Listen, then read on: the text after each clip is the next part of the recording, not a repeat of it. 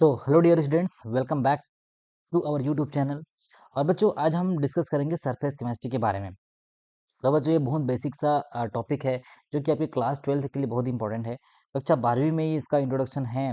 तो आज हम शुरुआत करेंगे सरफेस केमिस्ट्री के बारे में और जानेंगे इनकी कुछ बेसिक्स को लेकर और कैसे इसमें क्वेश्चंस आते हैं। तो चलिए धीरे धीरे शुरुआत करते हैं।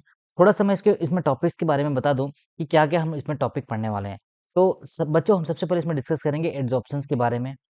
ठीक है, एड्जॉर्प्शंस के बारे में। फिर हम देखेंगे इसमें एब्जॉर्प्शंस के बारे में, एब्जॉर्प्शंस के बारे में। फिर इसमें आपको कुछ डिफरेंस देखने को मिलेगा। एक फिजिकल एब्जॉर्प्शन, ठीक है, फिजिकल एब्जॉर्प्शन, या हम बात करेंगे इसमें केमिकल एब्जॉर्प्शन के बारे में, केमिकल एब्जॉर्प्शन के बारे में। फिर इसमें हम देखेंगे कुछ कैटलिस्ट के बारे में, ठीक है, कैटलिस्ट के बारे में पढ़ेंगे। फिर इसमें आपको देखने को मिलेगा कोलॉइडल सॉल्यूशन, ठीक है, कोलॉइडल सॉल्यूशन के बारे में आपको देखने को मिलेगा। तो इसका कुछ आपको बेसिक्स आइडिया तो ज़रूर होगा कि आपने थोड़ा-सा इसको इंट्रोडक्शन अगर पढ़े होंगे। तो चलिए आज हम शुरुआत करते हैं, क्या-क्या इसमें हम आपको एक्चुअल में देखने वाले हैं। तो जब कभी अभी हम सरफेस केमिस्ट्री की बात करते हैं, हिंदी में इसको बोलते हैं बच्चों, हिंदी में इसको बोलते हैं सतह रसायन। क्या बोलते हैं? सतह रसायन। तो ये टॉपिक की बात ये सरफेस केमिस्ट्री बहुत छोटा टॉपिक है लेकिन बहुत इंपॉर्टेंट टॉपिक है आपका। किसी भी एग्जाम के लिए अगर हम बात करते हैं, सपोज अगर हम 12वीं क्लास के तैयारी कर रहे हैं, तो इसमें से 4 नंबर का क्वेश्चन आता है। एक आपको देखने को मिलेगा 4 मार्क्स का क्वेश्चन देखने को मिलेगा। इसमें जनरली जो 1 नंबर का क्वेश्चन आते हैं, यानी कि 1 मार्क्स वाला एक क्वेश्चन आएंगे और 3 मार्क्स वाले यानी कि 3 नंबर वाले आपको एक क्वेश्चन देखने को मिलेगा। तो ये आपका जो सीजी बोर्ड है, अगर हम बात करते हैं छत्तीसगढ़ बोर्ड के बारे में, छत्तीसगढ़ बोर्ड की केमिस्ट्री के बारे में बात करते हैं, तो ये आपको 4 नंबर के इसमें आपको देखने को मिलेगा। और बहुत सारे ऐसे बोर्ड हैं जैसे कि सीबीएसई बोर्ड हैं या आईसीएसई बोर्ड है, तो ये सरफेस केमिस्ट्री बहुत इंपॉर्टेंट रोल प्ले करता है उस चैप्टर में। चलिए, ये तो हो गई जनरल सी बात। अब हम मेन आपका जो आपका मकसद है, हमारा मकसद है सरफेस केमिस्ट्री जो सीखना है, वो आज हम शुरुआत करते हैं। तो यहाँ पे बच्चों आपको दिख रहा होगा एक सरफेस दिख रहा है। ये अगर इसको मैं एक बात सॉलिड को अगर मैं सरफेस बोलूँ, ये देखिए आपको सरफेस, तो सरफेस का मतलब क्या समझते हैं आप? किसी भी पर्टिकुलर किसी भी ऑब्जेक्ट का सरफेस होता है, ठीक है। सरफेस यानी कि उसका फेस समझो कि कौन सा फेस में रखा है। तो देखो इस सरफेस पे आपका क्या है, एक मॉलिक्यूल्स आपको दिख रहा होगा, ये जो मॉलिक्यूल्स है, तो इस मॉलिक्यूल को मान लीजिए क्या है, ये गैस की मॉलिक्यूल है, गैस की मॉलिक्यूल है। हो सकता है ये लिक्विड के मॉलिक्यूल हो सकते हैं, या हो सकता है ये सॉलिड के भी मॉलिक्यूल हो सकते हैं। तो मैं आपको यहाँ पे कंसिडर कर रहा हूँ कि ये गैस की मॉलिक्यूल है, और ये जो गैस की मॉलिक्यूल है वो आके क्या हो रहे हैं, इस सरफेस पे क्या हो रहा है, चिपक रहे हैं। इस सरफेस पे क्या हो रहा है, चिपक रहे हैं। ठीक है, देखिए ये आ रहे हैं और ये चिपक रहे हैं। तो कंसिडर करिए कि ये यहाँ पे कुछ प्रोसेस हो रहा होगा, कुछ तो ऐसा प्रोसेस हो रहा होगा जो आपका सतह पे, जो सतह पे आपका क्या हो रहा है, वो जो मॉलिक्यूल आके चिपक रहा है। तो इस प्रोसेस को बोलते हैं एडजॉर्प्शन। क्या बोलते हैं बच्चों? Adsorption of gas. आगे मैं धीरे धीरे आपको बताते जाऊंगा क्या होता है एडजॉर्प्शन, क्या होता है एब्जॉर्प्शन, क्या होता है एडजॉर्बेंट, क्या होता है एडजॉर्बेट, सारी चीज बताऊंगा, कोई प्रॉब्लम नहीं। दूसरा डायग्राम आपको यहाँ पे दिख रहा है, एक और सरफेस है। इस सरफेस को अगर मैं थोड़ा सा पॉइंट अगर करना चाहूँ, तो ये देखिए ये जो सरफेस है, इस पर्टिकुलर सरफेस पे आपको यहाँ पे दिख रहा है ऑक्सीजन मॉलिक्यूल आके यहाँ पे चिपक रहा है, यहाँ पे हाइड्रोजन मॉलिक्यूल आके चिपक रहा है, दिख रहा है आपको। उसी तरीके से ये ऑक्सीजन एटम यहाँ पे आपको दिख रहा है, फिर हाइड्रोजन एटम आपको दिख रहा है। तो ऐसा क्या चीज हो रहा होगा, ऐसा क्या चीज हो रहा होगा कि ये जो पर्टिकुलर सरफेस पे ये जो मॉलिक्यूल है, क्या हो रहे हैं, स्टिक हो रहे हैं, चिपक रहे हैं, स्टिक हो रहे हैं। ठीक है, तो इसको बोलते हैं आपका एडजॉर्प्शन। और इस केमिस्ट्री को, इस पूरी केमिस्ट्री को आपको बोलेंगे, आप बोलेंगे सरफेस केमिस्ट्री। क्यों? क्योंकि यहाँ पे आपको जो केमिस्ट्री दिखने को मिलेगी वो आपके सरफेस लेवल पे होने वाला है, सरफेस यानी कि एक सतह पे। चलिए, डेफिनेशन के तौर पे अगर मैं बात करना चाहूँ, in terms of definition, what is surface chemistry? तो बच्चों, surface chemistry is the branch of chemistry, surface chemistry is the branch of chemistry which deals with the phenomenon that occurs on the surface। एकदम important, क्या? ऐसा chemistry जो आपका surface पे होने वाला है, और इस सरफेस को क्या बोलते हैं? इंटरफेस भी बोलते हैं, इंटरफेस भी बोलते हैं।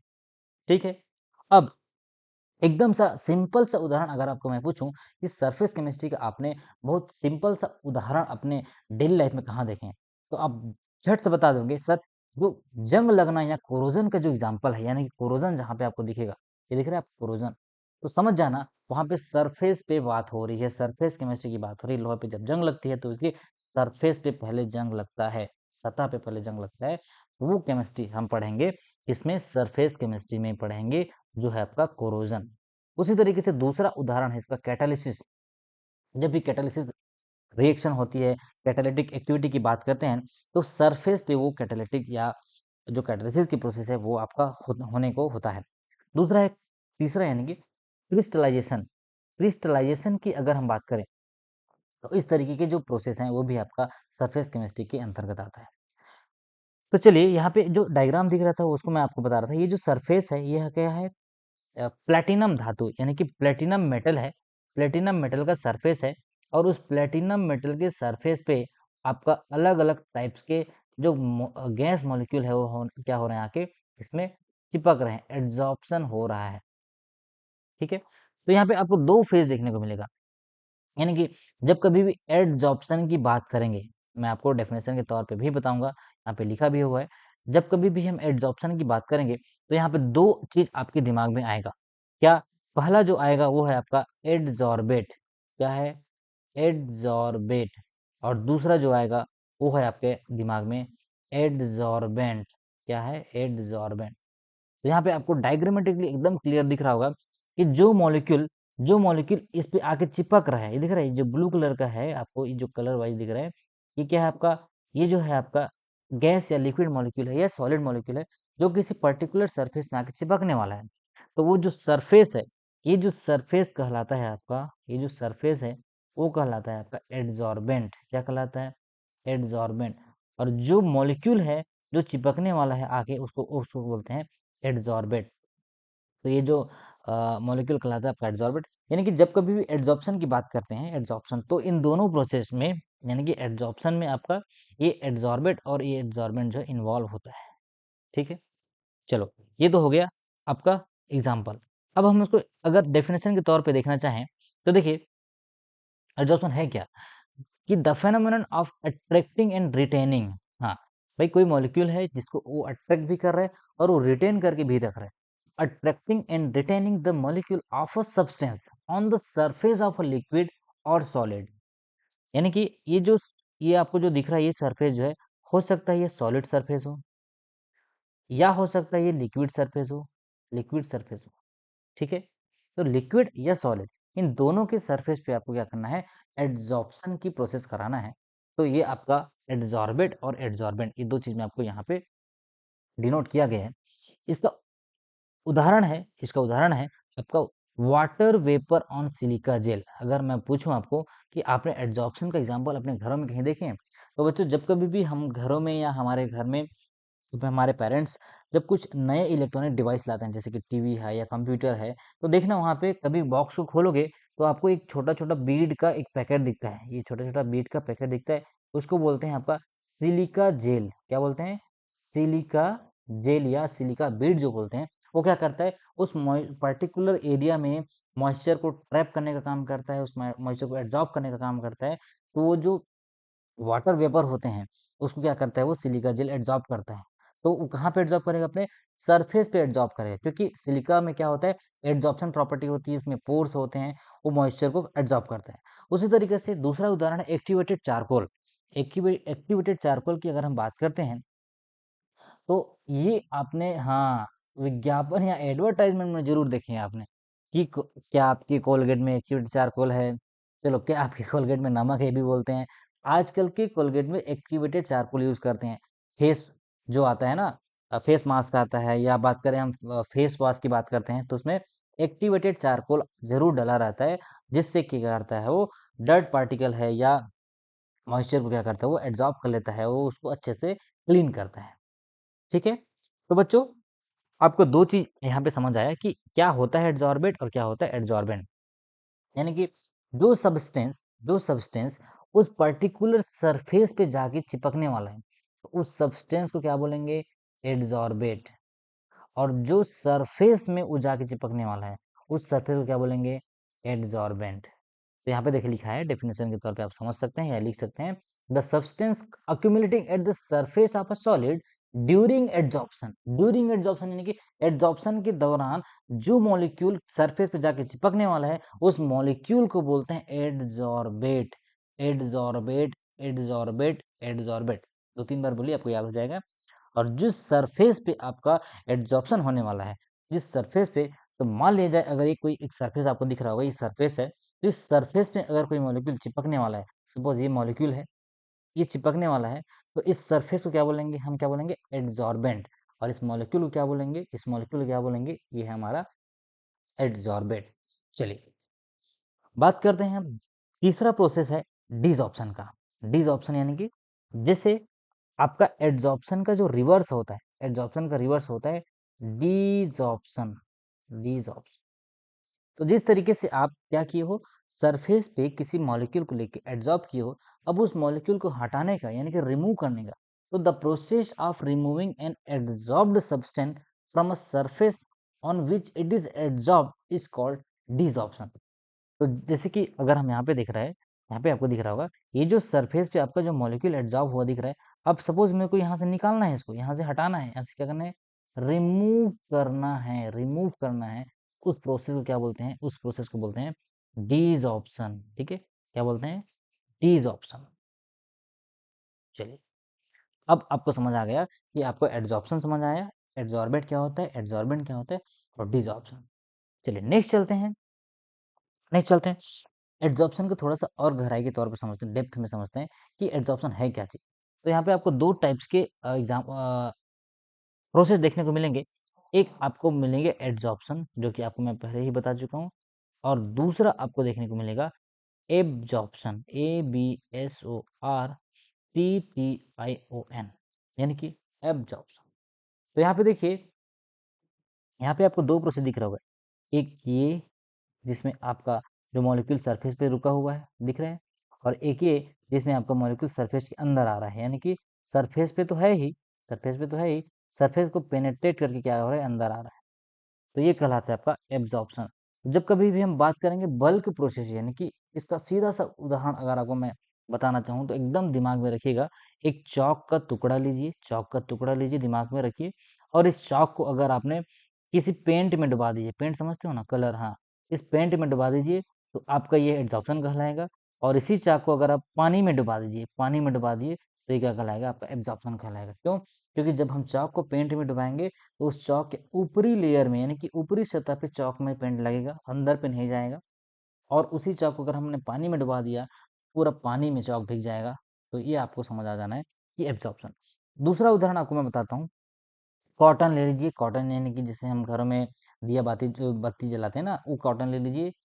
अब उस कॉटन को पानी में डुबा दीजिए, पूरे की पूरे पानी के मॉलिक्यूल जो है उस कॉटन में क्या हो जाएंगे, एब्जॉर्ब हो जाएंगे, क्या हो जाएंगे, एब्जॉर्ब हो जाएंगे, एब्जॉर्ब हो जाएंगे। और और उस एड्सॉर्प्शन के प्रोसेस में आपको याद रखना है चाक को पेंट में डुबाने वाली बात। चलिए, तो यहाँ पे आपको एक डायग्राम दिख रहा है, देखिए ये जो सरफेस है, ये जो आपका सरफेस है वो क्या है, आपका एड्सॉर्बेंट है, बताया था। ठीक है, और ये जो मॉलिक्यूल आके जो चिपकने वाला है वो क्या है, आपका एड्सॉर्बेंट है, सॉरी एड्सॉर्बेट है। और ये जो सॉल्यूशन में है, ये जो सॉल्यूशन में है, मतलब ये आपका क्या है, सॉल्यूशन। तो यहाँ पे आपको दो प्रोसेस दिख रहा है, एक एड्सॉर्प्शन और दूसरा एब्जॉर्प्शन। अभी आपको बताया कि एड्सॉर्प्शन क्या होता है।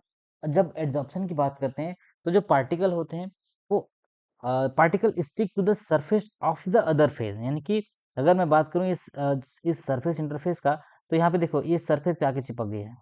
ठीक है, अंदर नहीं आ रहा है, अंदर नहीं आ रहा है, क्यों? क्योंकि यहाँ पे क्या प्रोसेस हो रहा है, एड्सॉर्प्शन प्रोसेस हो रहा है। और जब भी हम एब्जॉर्प्शन की बात करते हैं तो क्या होगा, ये अंदर आ जाएगा, दिख रहे हैं, ये दिख रहा है आपको, अंदर आते हुए दिख रहा है। तो इससे आपको क्या पता चला, जब हम पार्टिकल जो सोक होता है, सोक यानी कि उसमें आके एब्जॉर्ब होता है, तो पूरे बल्क में क्या हो जाता है, वो फैल जाता है। चलिए, तो अब हम इसको डेफिनेशन के तौर पे देखते हैं, what is absorption, what is absorption. तो एब्जॉर्प्शन क्या है भाई, it is the phenomenon in which substance is uniformly distributed through out the bulk, through out the bulk यानी कि पूरे बल्क सॉल्यूशन में बल्क जो सरफेस है उसको क्या कर लेगा, वो ऑक्यूपाई कर लेगा। तो इसका उदाहरण है, फिर आपको बताया कि वाटर वेपर क्या होता है, जब हम चाक को पानी में डुबाते हैं तो वो आपका एब्जॉर्प्शन का उदाहरण है। चलिए, अब आता है तीसरा प्रोसेस जिसमें आपको देखने को मिलेगा सॉप्शन, यहाँ पे आपको लिखा है सॉप्शन, दिख रहा है आपको? हाँ, चलिए, सॉप्शन क्या होता है? एक नया टर्म्स आपके लिए है। तो बच्चों, ये ऐसा है कि जहाँ कभी भी, जब कभी भी आपका एडजॉर्प्शन का प्रोसेस और प्लस, अगर मैं बात करूँ प्लस करके, एब्जॉर्प्शन, दोनों का प्रोसेस अगर एक साथ हो, दोनों प्रोसेस अगर एक साथ हो, तो वो प्रोसेस आपका कहलाता है सॉर्प्शन कहलाता है। क्या कहलाता है? सॉर्प्शन।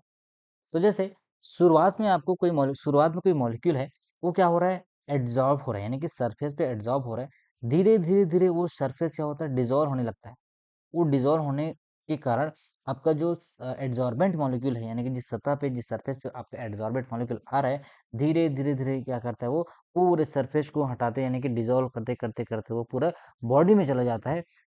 और आपका जो एड्जॉर्प्शन की जो प्रोसेस है, वो सीधा सीधा एब्जॉर्प्शन में कन्वर्ट हो जाता है। इस टाइप की जो साइड बाय साइड, यानी कि आपका एड्जॉर्प्शन भी हो रहा है वहाँ पे और एब्जॉर्प्शन भी हो रहा है, उस प्रोसेस को क्या बोलते हैं? आपका सॉर्प्शन कहते हैं। चलिए, यहाँ पे अब मैं लिख दिया हूँ, ये आपको डेफिनेशन के तौर पे, कि sometimes the adsorbent dissolve into the adsorbent. Initially the adsorbent appears on the surface of adsorbent and later passes into the body of the adsorbent. तो इस टाइप के जो प्रोसेस को बोलते हैं सॉर्प्शन। चलिए, फोर्थ टाइप्स, फोर्थ में आते हैं, फोर्थ नंबर में यह है टाइप्स ऑफ एड्जॉर्प्शन, कि कितने टाइप के आपको एड्जॉर्प्शन देखने को मिलेगा। तो बच्चों, यहाँ पे दो टाइप के एड्जॉर्प्शन होते हैं, एक होता है फिजिकल एड्जॉर्प्शन और दूसरा होता है केमिकल एड्जॉर्प्शन। तो बात करते हैं, जब हम कभी भी फिजिकल एड्जॉर्प्शन का, तो इसमें याद रखिएगा, if the force of attraction between the adsorbent and adsorbent और इन वांडर वाल फोर्स, यानी कि वांडर वाल फोर्स से अगर कोई आपका सरफेस पे स्टिक हो रहा है, एकदम वीक फोर्स होता है वंडरवॉल फोर्स, तो उस टाइप के एड्जॉर्प्शन को बोलते हैं फिजिकल एड्जॉर्प्शन या फिजियोजॉर्प्शन। क्या बोलते हैं? फिजियो फिजियोजॉर्प्शन, ठीक है, या फिजियोजॉर्प्शन बोलते हैं, फिजियोजॉर्प्शन, ठीक है। और केमिकल एड्जॉर्प्शन की बात करते हैं, तो इसमें केमिकल बॉन्ड फॉर्म होगा, केमिकल बॉन्ड फॉर्म होगा। चलिए, मैं आपको यहाँ पे एग्जाम पिक्टोरियल दिखा देता हूँ। जैसे देखिए, एक मॉलिक्यूल है, ठीक है, एड्जॉर्बेंट मॉलिक्यूल है, और ये एड्जॉर्बेंट है। एड्जॉर्बेंट यानी कि क्या? आपका जो सरफेस है, तो ये दो सरफेस है। एक सरफेस पे आपको दिख रहा होगा फिजियोज ऑप्शन दिख रहा है, और दूसरे सरफेस पे आपको दिख रहा है केमीज ऑप्शन। तो यहाँ पे हो क्या रहा है? जब ये मॉलिक्यूल जब ये मॉलिक्यूल यहाँ पे एड्जॉर्ब होने आया, तो इसके सरफेस पे ही दिख रहा है आपको, सरफेस पे ये रुक गया। और एक बार जब वो केमीज ऑप्शन के लिए आया, यानी कि केमिकल एड्जॉर्प्शन के होने के लिए आया, तो यहाँ पे आपको देखिए कुछ एक्टिव साइट बना हुआ दिख रहा है आपको, एक्टिव साइट। इस एक्टिव साइट में आके वो चिपक गया। तो यहाँ पे इन दोनों के बीच, यानी कि इस एड्जॉर्बेंट मॉलिक्यूल और इस सरफेस जो साइट है, उसके बीच कुछ केमिकल बॉन्ड फॉर्म हुआ है। क्या हुआ है? केमिकल बॉन्ड फॉर्म हो गया, और ये स्ट्रॉन्ग बॉन्ड फॉर्म हो गया, स्ट्रॉन्ग बॉन्ड फॉर्म हो गया। इस टाइप के प्रोसेस में आपको देखने को मिलेगा केमीज ऑप्शन। और यहाँ पे आपको कोई भी बॉन्ड फॉर्म नहीं दिखेगा, ये बस आके स्टिक हुआ है बिग वंडरबॉल फोर्स से। तो ये आपका कहलाता है क्या? Physios option. क्या बोलते हैं? फिजियोज ऑप्शन, यानी कि फिजियोज ऑप्शन, और ये केमीज ऑप्शन, ठीक है। तो यहाँ पे देखिए सरफेस जो सबस्ट्रेट है, यानी कि सबस्ट्रेट कहाँ पे टिक गया है? ये सरफेस पे आपको दिख रहा है, ये देखिए सरफेस पे। लेकिन जैसे ही हम केमीज ऑप्शन की बात करते हैं, एक बाइंडिंग साइट आ जाता है, एक्टिव साइट में आके वो बाइंड हो जाता है, ठीक है। चलिए, अब देखते हैं कुछ डिफरेंस। एग्जाम में ये भी पूछते हैं कि what is the basic difference between the physical adsorption and chemical adsorption.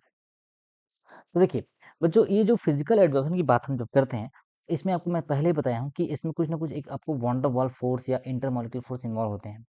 उसी तरीके से अगर आप केमिकल एड्जॉर्प्शन की बात करते हैं, तो इसमें केमिकल बॉन्ड फॉर्म होता है, ठीक है। It depends on the nature of gas, easily liquefiable gases are adsorb easily. जो गैस इजिली लिक्विफाई हो जाता है, इजिली लिक्विफाई हो जाता है, वो जल्दी एड्जॉर्ब होते हैं। और अगर केमिकल एड्जॉर्प्शन की बात करें, तो इसमें मोर स्पेसिफिक देन फिजिकल, ये ज़्यादा स्पेसिफिक होता है। फिर आता है हीट ऑफ एड्जॉर्प्शन स्मॉल, और इसमें हीट ऑफ एड्जॉर्प्शन क्या होता है? लार्ज होता है। ये रिवर्सिबल है, रिवर्सिबल यानी कि एक बार एड्जॉर्ब हो गया, हम दोबारा उसको निकाल सकते हैं। ये इरिवर्सिबल है, एक बार लग गया, यानी कि एक बार एड्जॉर्ब हो गया, उसको निकाल पाना मुश्किल है, ठीक है। इसका पांचवा नंबर का जो पॉइंट है वो क्या है? टेम्परेचर के साथ क्या होता है? डिक्रीज होता है। जब कभी भी आप टेम्परेचर बढ़ाओगे, तो फिजिकल एड्जॉर्प्शन कम होगा। लेकिन इसका उल्टा होता है केमिकल एड्जॉर्प्शन में। केमिकल एड्जॉर्प्शन में क्या होगा? ये इंक्रीज होगा with increase of temperature. Temperature बढ़ाओगे तो आपका केमिकल एड्जॉर्प्शन बढ़ेगा। फिर 6 नंबर है, ये प्रेशर, जब हम प्रेशर इंक्रीज करते हैं, ठीक है, तो ये प्रेशर के साथ बढ़ता है और ये कोई भी इफेक्ट नहीं दिखाता आपका प्रेशर के साथ आपका जो केमिकल बॉन्ड केमिकल एडजॉर्प्शन है। और लास्ट नंबर है आपका फॉर्म्स मल्टी मोलिकुलर लेयर, इसमें कई लेयर्स बन सकते हैं। कई लेयर यानी कि उदाहरण के तौर पे आपको मैं बता दूं, जब हम घरों में पेंट करते हैं, घर में पेंट करते हैं, तो देखिए एक लेयर लगाते हैं, सपोज वो लेयर अच्छा नहीं दिखा, फिर हम लेयर लगा देते हैं, फिर लेयर लगा देते हैं। तो लेयर बाय लेयर यानी कि मल्टी लेयर करते जाते हैं, उसके ऊपर फिर एड्जॉर्प्शन किया, फिर जब तो फिजिकल एड्जॉर्प्शन का केस है। ठीक है, आपका फिजिकल एड्जॉर्प्शन का केस है जो मैं आपको बात कर रहा हूँ। केमिकल एड्जॉर्प्शन में क्या होता है, एकदम यूनिफॉर्म लेयर बनेगा। एक बार जैसे कि यहाँ पे साइड दिख रहा है, ये जो साइट है अगर आपको एक बार ब्लॉक हो गया है, पूरे जो यूनिफॉर्म है, ये जो आपको अलग अलग साइड दिख रहे हैं, इस साइड में अगर एक बार आके वो चिपक गया है, तो आप कोई भी मल्टी लेयर फॉर्म होने का चांसेस नहीं है, मल्टी लेयर फॉर्म नहीं होगा। इसमें क्या होगा, यूनिफॉर्म लेयर फॉर्म होगा। चलिए, अब हम नेक्स्ट देखते हैं फैक्टर्स अफेक्टिंग ऑन एड्जॉर्प्शन। ठीक है, तो बच्चों इसको नेक्स्ट वीडियो में देखेंगे हम। अभी हम थोड़ा सा इसके बारे में बात कर लेते हैं कि क्या क्या इसका फैक्टर्स हैं। तो जैसे कि इसमें देखते हैं nature of adsorbent, nature of adsorbent की क्या सरफेस में आप किसी पर्टिकुलर गैस को, किसी पर्टिकुलर लिक्विड को या सॉलिड को क्या कर रहे हो, आप एड्जॉर्ब करा रहे हो। किस टाइप की गैस है, किस टाइप के लिक्विड है, किस टाइप के सॉलिड है, उस पर भी आपका डिपेंड करता है। फिर आपका टेम्परेचर, फिर प्रेशर, स्पेसिफिक नेचर, किस टाइप के नेचर हैं आपके दोनों गैस और लिक्विड का, सॉलिड का। फिर इसमें देखेंगे एक्जोथर्मिक नेचर है या रिवर्सिबल नेचर है। तो इस सारे फैक्टर जो है एक प्रकार से एड्जॉर्प्शन को क्या करते हैं, अफेक्ट करते हैं। ठीक है, तो बच्चों आज के लिए इतना ही। मिलते हैं नेक्स्ट वीडियो में, जिसमें आपको मैं बताऊंगा कि जो फ्रेंडली आइसोथर्म है या अलग अलग आइसोथर्म है, कैसे जो एड्जॉर्प्शन जो है वर्क करता है। ठीक है, तो चलिए बने रहिए वीडियो में। और अगर आपको वीडियो पसंद आया होगा तो कुछ क्वेश्चंस हैं या तो आप कमेंट कीजिए, बच्चों तक शेयर कीजिए, ताकि जिनको एड्जॉर्प्शन का कॉन्सेप्ट समझना है वो धीरे धीरे क्या होते जाएंगे, समझते जाएंगे। चलिए, तो बहुत बहुत धन्यवाद बच्चों।